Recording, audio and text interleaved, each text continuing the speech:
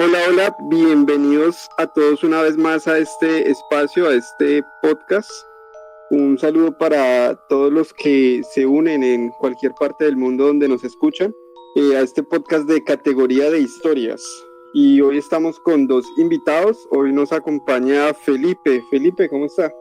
Hola, ¿qué tal? Muy buenas. ¿Cómo están a todos y a todas en donde se encuentren? Un fuerte abrazo, un fuerte saludo. Y bueno, pues hoy me encuentro pues acompañando estas historias. Hoy somos tres historias. Pues espero que les guste, ¿no?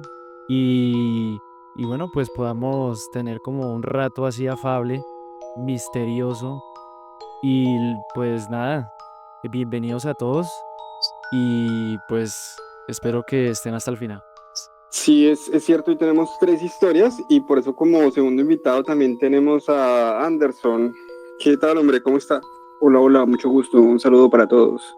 Bueno, ahí van conociendo también nuevas voces entonces y teniendo en cuenta esas nuevas voces, pues son tres historias y hoy nos vamos a centrar en un tema que es muy interesante, que son personajes extraños en la historia. Y dado que vamos a hablar ya de tres historias el día de hoy, pues voy a iniciar yo con una historia que es un enigma muy interesante, que es básicamente el enigma de Fulcanelli, que básicamente es conocido como el alquimista que desapareció o que nunca existió. Y para eso nos vamos a trasladar a París. Entonces nos vamos a imaginar en el París de 1926, donde aparece un libro que afirma algo imposible, que las catedrales góticas no son templos, sino manuales secretos de alquimia, que las esculturas vitrales y gárgolas contienen fórmulas codificadas y que la alquimia no es mito, sino ciencia olvidada. Y el autor firma con un nombre desconocido, básicamente Fulcanelli. Un hombre que jamás dio entrevistas, jamás apareció en público y cuya identidad sigue sin confirmarse casi un siglo después. Esta no es solo la historia de un alquimista, es la historia de un misterio cuidadosamente construido, algo que nos hace pensar en si simplemente es una firma, es un autor real o si simplemente es un libro que alguien quería en su momento publicar.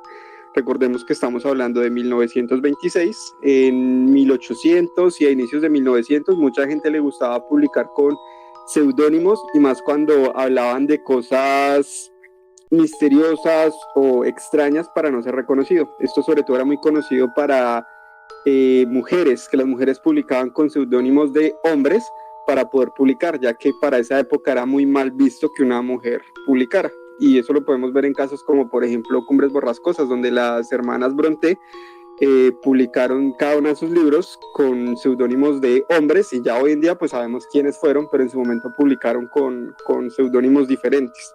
Algo que es muy importante destacar de Fulcanelli y es que en 1926 se publicó en París La Mister de Descatedrales, que básicamente el libro analiza construcciones como Notre Dame de París y la Catedral de Chartres desde una perspectiva radical.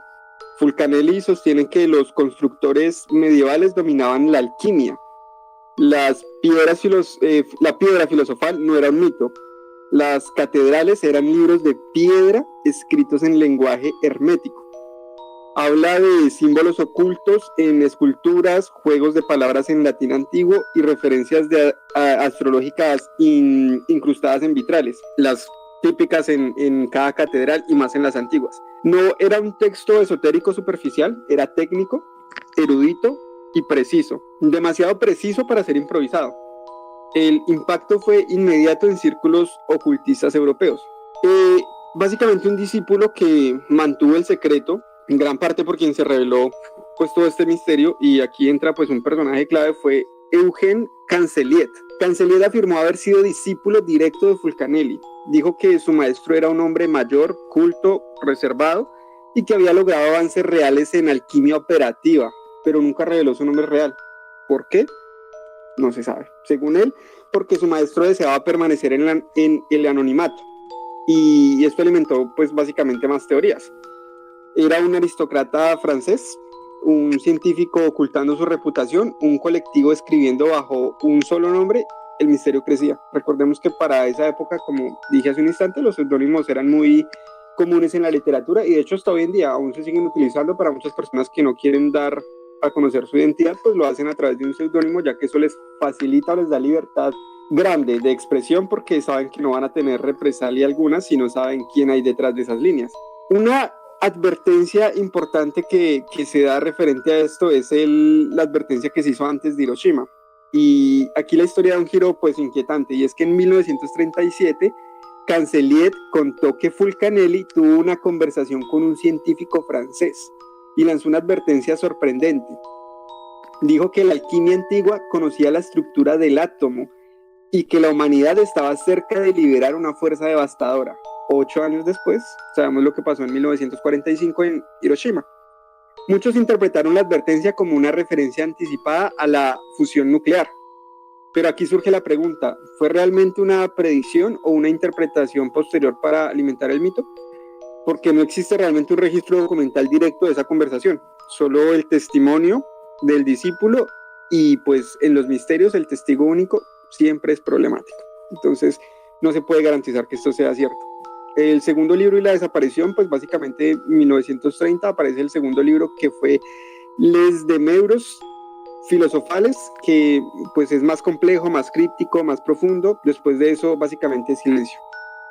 No hay acta de defunción, no hay una tumba identificada, no hay identidad legal confirmada. Algunos dicen que murió discretamente, otros creen que logró la gran obra, la transformación espiritual total. En círculos esotéricos extremos incluso se habla de longevidad extendida, pero ninguna prueba sólida respalda esas afirmaciones.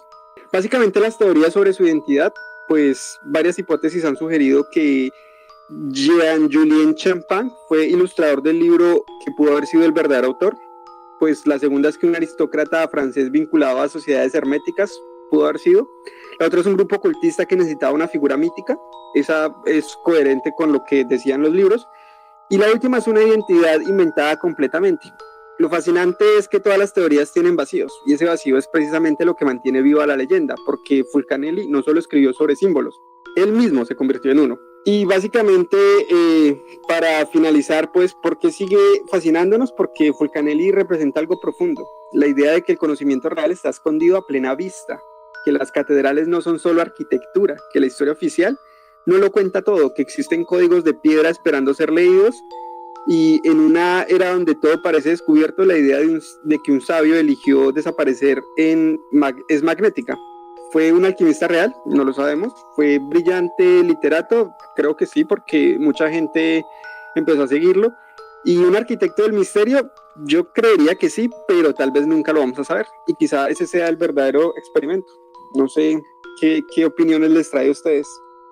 Pues es muy interesante el caso de Fulcanelli y sobre todo algo que él practicaba, que era la alquimia. O sea, hay que recordar que la alquimia siempre estuvo asociado con el ocultismo. Y sobre todo en el caso de Fulcanelli se movía dentro de un ambiente bastante ocultista y esotérico. Incluso él convivía con grupos secretos, como eran esos, como los Rosacruces y toda esta clase de personas. Y parte de su misterio era eso, el ocultismo, ¿no? Como que le hacía honor a él. Más allá de que tal vez nunca apareció, no se sabe. Porque es que como es que estos alquimistas trataban mucho la adivinación y hacían muchos tratos con entidades oscuras que se pueden decir demonios, muchos de ellos desaparecían por causa de pactos y todo y nunca se sabía de ellos. Muy, muy, muy extraña la historia, y como la historia de Vulcanelli no tiene un contexto así muy profundo como para que usted decir, bueno, vamos a armar un rompecabezas, se podría especular, y mi especulación es esa, que la alquimia siempre fue por ese tema ocultismo, y él tuvo que ver mucho ahí, lo desaparecieron, falló en algo, no se sabe, pero pues ahí está, yo diría que es como algo. Bueno, mi opinión en este caso es que igual todo lo que tiene que ver mucho con el ocultismo, pues es bastante, suele como extenderse muy rápidamente y generalmente aumentarse. Entonces, no, a ciencia cierta, pues no podríamos decir que si realmente sucedió, si no sucedió. Es un caso complicado. Es un caso complicado de poder decir qué tan realmente fue si en su vida lo mataron, o es un misterio que no, quizás nunca se pueda resolver. Sí, exacto. Yo creo que lo mejor es finalizar con la frase que dije y es: tal vez nunca lo sepamos.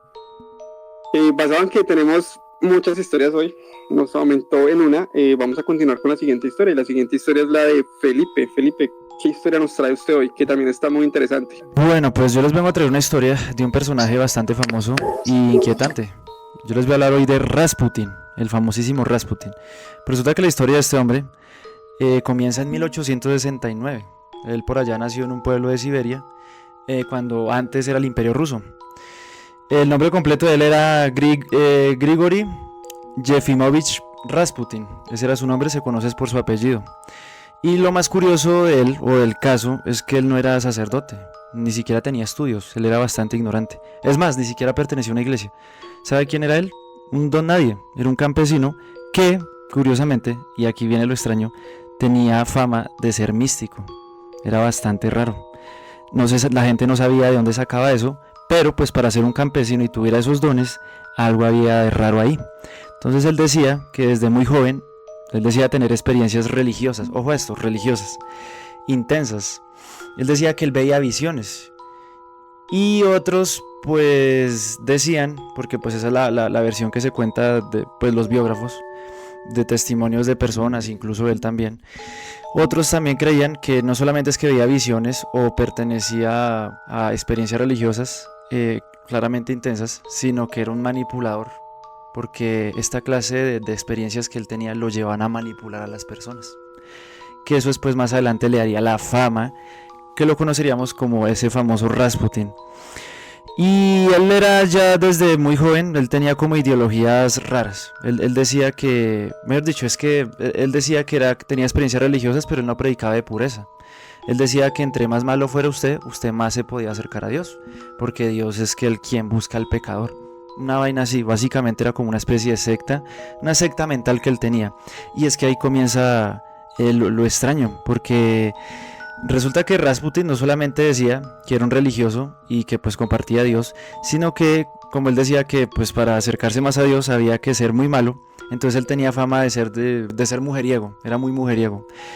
Él bebía, era muy alcohólico, incluso él frecuentaba reuniones secretas, no se sabe, ocultistas, qué reuniones eran, pero sí la gente decía que sí las frecuentaba. Pero al mismo tiempo, irónicamente, pues hablaba de Dios. Y ¿saben qué era también lo tremendo que él tenía? Que tenía una convicción que hipnotizaba a la gente. O sea, sabían lo que era, cómo se comportaba, pero tenía la convicción de convencer a la gente de que pensaran de diferente manera acerca de él. Bueno, luego comenzaron las teorías con el tiempo y muchos creían que Rasputin pues pertenecía a una secta llamada los Kisly, un grupo que pues practicaba rituales extremos pues para alcanzar la purificación espiritual, que era lo mismo que practicaba Rasputin. Pero en este caso este grupo iba más allá, rituales súper extremos, así como los católicos que se latigan y hacen un poco de cosas así, pero más extremo. Esto nunca se comprobó, esto quedó en teoría, pero se sospechaba porque como Rasputin era un tipo muy extraño y raro, pues lo más probable es que él sí hiciera eso. Y es que lo increíble del caso es que pasó de ser un campesino desconocido, un don nadie, a convertirse en uno de los hombres más influyentes del Imperio Ruso. Imagínense ver usted un campesino allá en la realeza. ¿Cómo pasó eso? Y era precisamente porque tenía ese don de convencimiento y manipulador.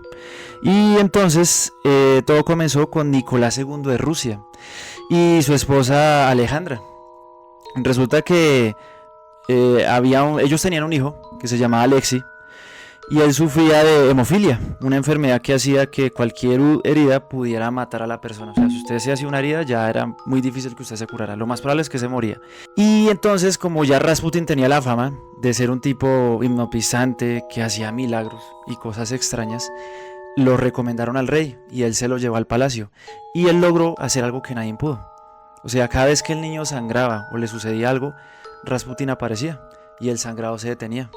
Incluso el niño se sentía más cómodo e incluso dormía. Nadie sabe cómo lo hacía. Lo que sí se sabía es que él hipnotizaba, se quedaba viendo a la persona Y ya, eso era todo lo que hacía.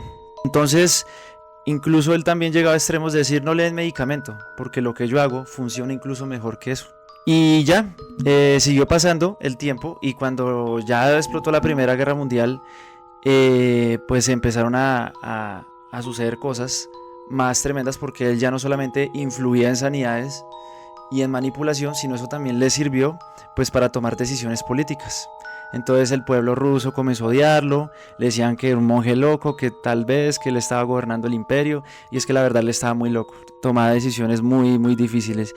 Y entonces llegó un día de 1916 cuando un grupo de nobles decidió que Rasputin debía morir, que él ya debería dejar ese lugar, debería manipular a las personas, y entonces lo invitaron al palacio. Le dieron vino y pasteles, eso es lo que se cuenta. ¿Y sabe qué le echaron a esos vinos y pasteles? Le echaron cianuro. Me dice que tanto fue el veneno que con eso usted podía matar un caballo. Y lo más sorprendente es que cuando hablaban con él no se moría. Hablaban y esperaban que él pues comenzara a toser. No, nada. Así que en el desespero, alguien cogió, se paró de la mesa y pum, le disparó. ¿Qué se contó? Que él cayó al suelo, aparentemente muerto. Se paró, se tambaleó, bajó las escaleras y cuando salió al patio lo persiguieron. Le dispararon otra vez en la espalda. ¿Sabe qué hicieron? Lo golpearon. Incluso le partieron una silla. Luego lo ataron. Y finalmente, para deshacerse de él, pues lo tiraron al río helado. A un río ahí cerca del lugar. Que pasaba un río y ahí lo echaron. Luego decían que la autopsia reveló que murió por hipotermia. ¿Y saben qué era lo tremendo? Que no era por el veneno, sino fue por la hipotermia. Y esta fue la historia de Rasputin, porque un tipo bastante extraño y todo parece indicar que no era nada más ni nada menos que tal vez no era religioso, sino más que todo era otra cosa. Otros dicen que tenía el cuerpo blindado, como cuando las personas van a los brujos y se blindan, así, porque ni el veneno ni las balas lo mataban, solamente el río lo pudo matar. Y con el tiempo pasó algo extraño. Resulta que los habitantes del lugar, aledaños pues a donde había estado o a donde había quedado muerto Rasputin, decían que lo habían visto por ahí caminando. Pues no se sabe, pues como estaba tan blindado y tan sellado que no se sabe qué sucedió. La cuestión es que era un tipo raro, extraño sí, inmortal, tal vez, pero ahí quedó la leyenda. Ahí quedó la leyenda pues de una de las personas más importantes que irónicamente era un campesino. Yo creo que es que la historia de Rasputín también es muy famosa, porque siempre me ha causado gracia que intentaron matarlo de muchas maneras y no pudieron. Y algo que pues yo siempre he considerado muy peligroso es un loco con convicción. Y Rasputín tenía mucha convicción referente a lo que hacía. Independientemente de si estaba bien o si estaba mal, o si lo que enseñaba estaba bien, él creía lo que él decía, y quizás eso fue lo que hizo su leyenda muy poderosa, que lo que él estaba haciendo y lo que enseñaba lo hacía con bastante convicción. Realmente yo creo que el mito creció fue por lo de la muerte, más allá de lo que enseñaba o de lo que decía, fue porque intentaron matarlo y básicamente pues no hubo manera de que lograran hacerlo, y más que el reporte médico dice que fue por hipotermia. Entonces, quizás esto lo digo en mis palabras y en mi opinión, no significa que sea así, pero en mi opinión, quizás realmente el que estaban intentando matar y el que estuvo en esa cena, pues quizás no fue Rasputín. Ya lo dejo como interpretación de cada quien. Siempre hemos dicho que hay muchas maneras en el campo espiritual de moverse, pongámoslo así, o demonios asociados. Entonces yo diría que posiblemente es como mi teoría, es mi percepción. Dirán que quizás es conspiración o que soy muy conspiranoico, pero pues es mi percepción. Lo dejo como opinión de cada quien. No sé qué opina también Anderson. Bueno, la historia de Rasputín igual es muy interesante, porque el hombre pasó de ser un don nadie a ser una persona demasiado conocida. Ahí la pregunta que que yo me hago es, en ese caso, ¿el hombre realmente tenía poderes, por decirlo así, pacto con el diablo? Es algo que no sabemos. Realmente las historias que como se cuentan pasó realmente. Son cosas que no podemos afirmar a ciencia cierta, pero lo que sí es que él al final de su vida y en su muerte fue algo bastante sonado e impactante, porque tanto que lo intentaron matar y al final simplemente morir por la hipotermia y no por todo lo que le hicieron, pues deja mucho que pensar realmente y aumenta bastante el mito. ¿Algo que decir para finalizar su historia, Felipe? No, pues que efectivamente queda claro que Rasputin era extraño, era un tipo que para mí sí tenía poderes y era un líder de culto definitivamente, o sea, él era un sectario como podríamos decir, no sé, testigos de Jehová o los mormones que tenían visiones y luego se inventaban por allá sus grupos y les funcionaba, pero claramente eso no venía de él, eso venía de algo oculto y el hombre sí estaba loco. Muchas de las fotos, ustedes pueden buscar fotos en internet, ese rostro penetrante, esa cara oscura que tenía, era muy extraña y eso era lo que lo motivaba, porque yo pienso que no era una convicción genuina, era una convicción más que todo espiritual, era lo que lo manejaba él. Sí, claro, se inventó una película y la vivió completamente, y es cierto lo de las imágenes. Si uno lo busca, y pues hay muchísimas imágenes de él en Google que realmente le hacen pensar a uno muchas cosas sobre él. Y bueno, también tenemos una última historia con Anderson. ¿Cuál es esa historia? Bueno, la historia que yo les vengo a contar hoy es la historia sobre el conde de Saint Germain. Esta es una de las historias reales más intrigantes y misteriosas de una persona que efectivamente vivió y cuya existencia documentada, aunque su identidad de origen sigue siendo un enigma total, es la del conde de Saint Germain, el hombre que no envejecía, que deslumbró a las cortes europeas del siglo XVIII con su aparente inmortalidad, conocimiento imposible y aura sobrenatural. El hombre vivió entre aproximadamente 1710 a 1784, aunque algunos afirmaban que llevaba siglos existiendo. Apareció por primera vez en registros claros en Londres alrededor de 1743, donde fue arrestado brevemente como posible espía jacobita, pero liberado sin cargos. Horace Walpole, escritor y político, lo describió como un hombre extraño que hablaba todos los idiomas europeos con fluidez. Él tocaba muy bien el violín y parecía saber detalles históricos de siglos atrás como si los hubiera vivido. Entre 1748 y 1760 se instaló en la corte de Luis XV en Francia, donde actuó como diplomático secreto en negociaciones de paz durante la Guerra de los 7 años. Voltaire lo llamó sarcásticamente el hombre que sabe todo y nunca muere. Giacomo Casanova lo conoció personalmente y lo describió como un charlatán brillante pero insoportable.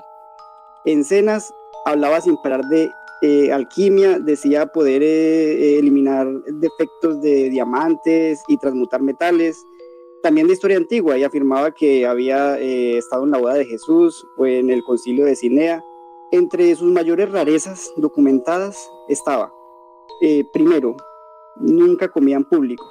El hombre solo bebía infusiones o licores especiales que preparaba él mismo.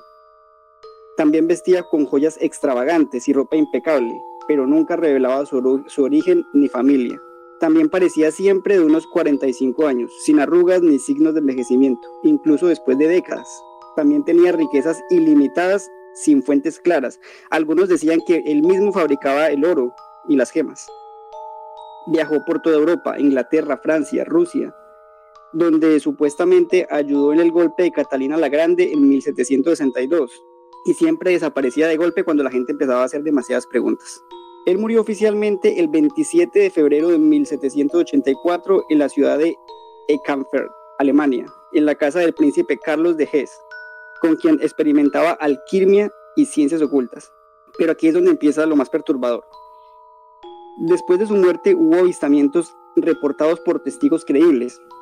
En la Revolución Francesa de 1789, la condesa de Hadamar juró que se le apareció y predijo eventos futuros. También entre 1815 y 1820, varios aristócratas lo vieron en París y Viena, sin envejecer. Los rumores persistieron hasta el siglo XIX y XX, incluso en círculos teosóficos como los de Elena Blavatsky, y lo consideraba un maestro ascendido o adepto inmoral. Su identidad real nunca se confirmó. Teorías incluyen que era un hijo ilegítimo del príncipe Francisco II de Transilvania, un judío portugués, un noble español o un viajero del tiempo, alquimista eterno. Distintos documentos históricos como cartas del Voltaire o de Casanova y memorias de la corte francesa confirman que existió y vivió esa vida extravagante, pero su origen o cómo conseguía su dinero y por qué parecía inmortal siguen sin explicación. Biógrafos como Isabel Cooper en su libro recopilaron testimonios contemporáneos que lo pintan como real y eternamente misterioso. Él es el tipo de persona que te hace dudar. La pregunta ¿es un genio excéntrico con trucos de longevidad? ¿O un espía maestro que cambia de identidad? ¿O realmente alguien que vivió más allá de lo normal? Eso nadie lo sabe. Y su historia fascina a historiadores y ocultistas hasta el día de hoy. Bueno, eso está muy interesante porque realmente no conocía la historia, pero de entrada lo primero que me hace recordar, y creo que voy a coincidir en Felipe con esto, y es el retrato de Dorian Gray de Oscar Wilde. Creo que ya sé de dónde, no sé si se esperó esa historia, pero creo que ya sé dónde salió el retrato de Dorian Gray. Sí, yo estaba pensando en eso igualito. Sí, tal cual, porque es exactamente la historia de Dorian Gray de Oscar Wilde, porque básicamente es eso, envejecía el retrato, pero no envejecía él. Y vea, pues, o sea, no sabía dónde había sacado esa historia, pero pues el retrato de Dorian Gray se escribió en 1890, al menos fue publicado, ¿no? En 1890, y el conde vivió casi 200 años antes, porque fue inicios de 1700. Entonces de ahí diría yo que básicamente estuvo la inspiración de Oscar Wilde para salir con ese tema. Y algo también, hay dos cosas más interesantes. Una, que también practicaba la alquimia, y es que la alquimia siempre ha tenido como un tema de ocultismo y de misterio detrás muy, muy grande, que realmente es que entenderlo es muy complejo porque es que ya maneja cosas muy oscuras. Entonces la alquimia es como un nivel ya de ocultismo muy alto. Entonces sí genera que detrás de eso voy a poner mis palabras, y que hayan demonios muy, muy poderosos detrás de este tema. Y el que no envejeciera, el que siguieran viendo, el que hubiera como todo pongámoslo así, como todo este tema oscuro detrás, lo hace como más mítico y más leyenda. Y otro punto que me pareció muy interesante es lo de Transilvania, es que es como que todo lo que hemos dicho va hacia el mismo camino. Es que es como todo este tema de que los misterios y bueno, todo el tema de la alquimia, de lo que hablábamos también hace 8 días, también de la licantropía, del vampirismo, casi todos de los mismos sectores, ¿no? O sea, todo esto en sí, esa vieja Europa donde salen muchos misterios, donde hay muchos mitos que agrandan todas esas historias, y pues esta es una, pero pues me quedó sonando fue más que todo por el retrato de Dorian Gray. Sí, exactamente, yo también estaba pensando lo mismo. El parecido es grandísimo. Y es que yo también yo le añadiría una cosa a la cuestión.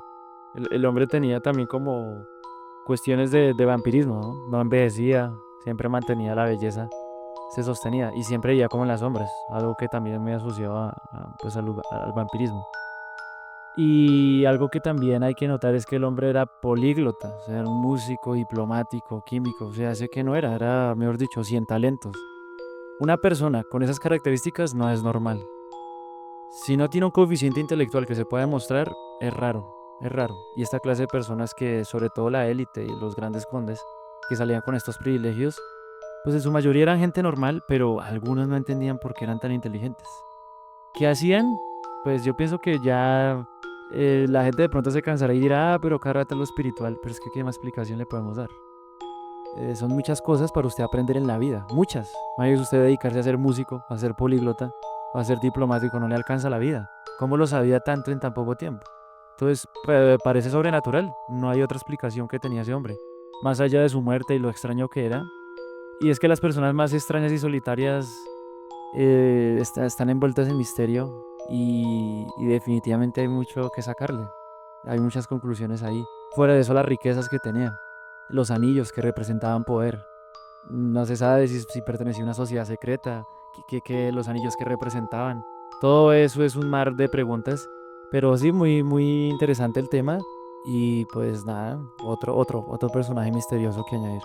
Es que sí, es verdad, sí, yo sé que la gente sí va a decir eso como que es que siempre el tema espiritual, pero es que no hay otra manera de explicarlo, es que realmente es cierto, o sea, aparte de que normalmente eran personas que morían muy jóvenes, entonces ni siquiera estamos diciendo de una persona que, bueno, pues es que a los 70 tuvo tiempo de aprender, no sé, digamos que un idioma cada 3, 4 años, pero es que estamos hablando de personas que morían jóvenes y que en qué momento aprendían 15, 20 idiomas, en qué momento aprendían a tocar algún instrumento como la guitarra, el piano, bueno, todos tenían 1000 talentos, Y pues sí, sin contar el dinero, porque pues era gente que de la aristocracia que obviamente tenía muchísimo dinero y que normalmente pues no es por ser, eh, bueno, no sé cómo decirlo, sectarios o bueno, en fin, para hablar, pero normalmente el dinero ya en ese tipo de exceso es que no es normal. O sea, una cosa es que una persona tenga dinero, pero es que ya esos niveles de que básicamente tenían casi que el mundo bajo sus pies,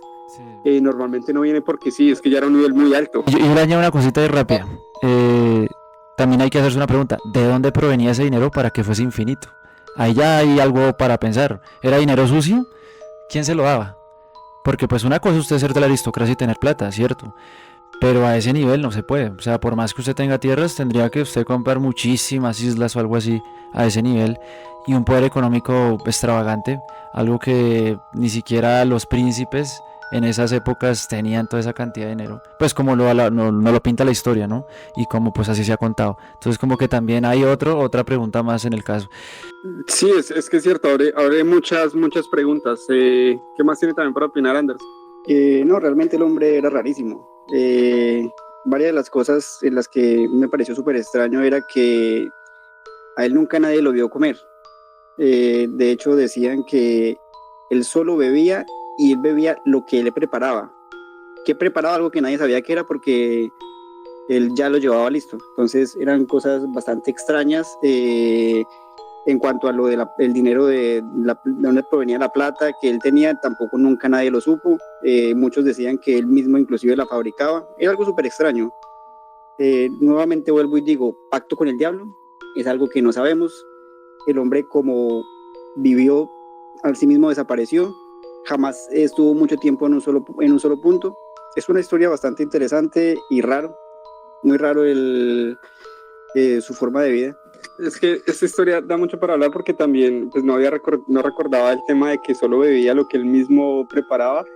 Y hablábamos hace 8 días también con el tema del vampirismo, que normalmente la vitalidad estaba en la sangre y tomaban sangre como básicamente tomando la vitalidad de otra persona y eso hacía como la longevidad que ellos buscaban. Y pues nunca comió, o sea, todo eso es como que alimenta los mismos mitos de siempre, ¿sí? O sea, no es como ajeno a los mitos que ya hemos hablado, sino que alimenta más la trama de los mitos que ya hemos hablado, como por ejemplo el del vampirismo, la licantropía, es como que simplemente se alimentaban de lo mismo y son personas como muy reservadas, muy cerradas a ellos mismos y no permitían que nadie se acercara a su mundo, más allá de lo que medio dejaban ver, pero solamente se alimentaban de lo que ellos nos preparaban o les preparaban sus siervos, pongámoslo así. Sí, total. Yo pienso que la conclusión es esa, que la mayoría de personajes que son misteriosos están asociados definitivamente pues a lo oculto. Por eso es misterio, porque está oculto. Y que una persona pues que no socialice ni nada por el estilo era porque guardaba algo y no quería que pues esa clase de secretos salieran a la luz. Lo que estaba pensando es que estaba mal, yo pienso que sí, porque ¿por qué tanto secretismo? Y bueno, pues ese es el ser humano.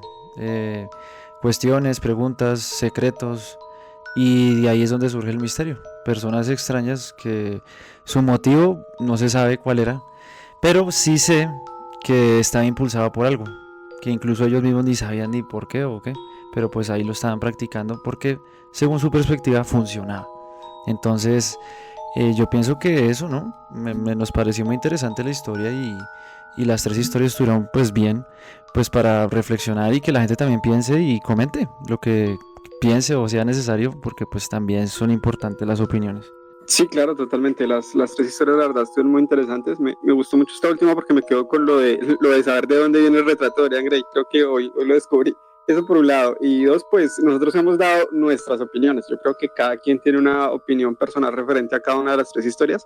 Pero sí, cada persona que llegue al podcast y lo escuche, pues puede dejar su opinión referente a cada uno, a qué cree, por ejemplo, con el caso de Rasputín, qué cree que fue lo que pasó, por qué no murió con nada de lo que le hicieron.